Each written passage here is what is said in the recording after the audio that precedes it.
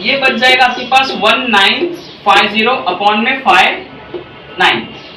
इसका आपको कटिंग करना है। और 59 जो है ना, एक ऐसा नंबर है जो टेबल में आ नहीं रहा है किसी के, तो आपको मतलब आप सीधा 59 का टेबल बना बना के पढ़ना पड़ेगा। तो कुछ बच्चे 59 का टेबल बना लेते हैं मल्टीप्लाई करके, बट एक ट्रिक और आसान सी ट्रिक ये है कि आप 59 के फैक्टर में इस बड़े नंबर को बांट लो। जैसे कि ये 1950 है, अगर मैं इसको 59 प्लस 59 प्लस 59 ऐसा लिखूं तो कितने टाइम लिख सकता हूँ? सर ऐसे तो बहुत टाइम आएगा, लेकिन एंड में 59 नहीं बचेगा, क्योंकि ये सीधा उससे कट होने वाला नंबर नहीं है। तो सर फिर आप क्या करेंगे, इसको पार्ट्स में बांट लो। जैसे 59 को अगर मैं 10 टाइम पढ़ता हूं तो बनता है 590, तो 1950 में से 590 अगर मैं निकालूं तो क्या बचेगा?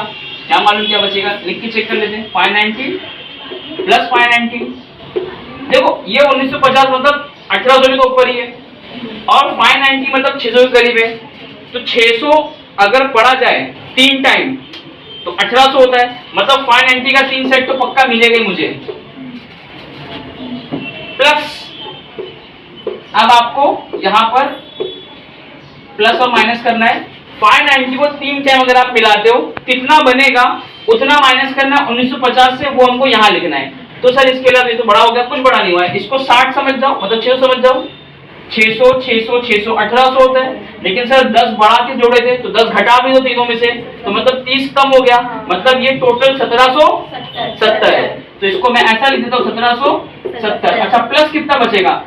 1950 तक जाना है, 1770 में 30 डालो 1800 होगा, 100 डालो तो 1900 होगा, मतलब 130 ऐड कर दिए और 50 डालो तो वो 1950 बच जाएगा, मतलब 180 बच रहा है। तो यहाँ पर 180, तो 1770 प्लस 180 और अपॉन 59 वैसे के वैसे। अब इसको आपको सॉल्व करने का टाइम आ गया, क्योंकि इसको आपने कैसा बांट लिया है, एक ऐसे नंबर में बांट लिया जो 59 से एग्जैक्टली कट होगा, और एक ऐसे नंबर में जो कट नहीं होगा, लेकिन ये नंबर अब छोटा है, ये नंबर छोटा है, तो इसका डिवीजन अब इजी पड़ जाएगा आपको। तो अब इसको आप क्या करो, 7 बेस 1 है तो सिंपल मैथ्स की प्रॉपर्टी, अगर डिनोमिनेटर 1 होता है न्यूमरेटर 1 से ज्यादा हो तो हर एक के लिए सेम हो जाता है। तो 1770 के नीचे एक बार 59 आप लिख दो, प्लस 180 के नीचे एक बार, इसको भी चाहो तो आप तोड़ लो, 59 का डबल कर लो, ट्रिपल कर लो, तो आपको मिल जाएगा आंसर, लेकिन फिर वो क्या बहुत छोटा नंबर बचेगा। तो पहले इसको देख लेते हैं। अब आपने सर इसका डिवीजन कैसे करेंगे? कुछ नहीं, आपने 590 को 10 टाइम्स पढ़ा था, फिर 10 टाइम्स पढ़ा था, फिर 10 टाइम्स पढ़ा था, है ना। 59 10 जा 590, 10 जा 10 जा, मतलब ये तीनों मिलकर अगर ये हुए तो ये 30 पे सीधा कट होंगे। तो 59 मिलता 59, 59 3 जा 177 होता है, आप चाहो तो जोड़ के देख लो, 59 3 जा 177 होता है, 0 वैसे के वैसे ही। अच्छा वही टेबल यहाँ पढ़ लो, 59 मतलब 59, 59 3 जा 177, 177 180 के अंदर आता है।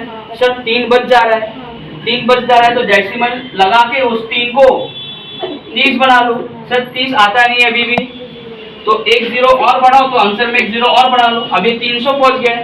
59 60 के करीब का नंबर है, और 60 पंजे 300 हो जाता है, तो 59 5 300 के अंदर ही आएगा, अंदर 295 होने वाला है। तो मैं इसको कट करके सीधा 5। अब देखो डेसिमल में ना आप ऑलरेडी बहुत छोटे नंबर पे जा रहे हो, 0 तो आ गया, 0 के बाद नंबर लेने की जरूरत होती भी नहीं है, तो आप तो ऑलरेडी छोटे नंबर पे चलेगा। अब ये 5 बचेगा, तो इसको आपको करने की जरूरत नहीं है। तो अब ये 3.05 आप ऐड कर दोगे, प्लस है ना बीच में, किसमें ऐड करोगे?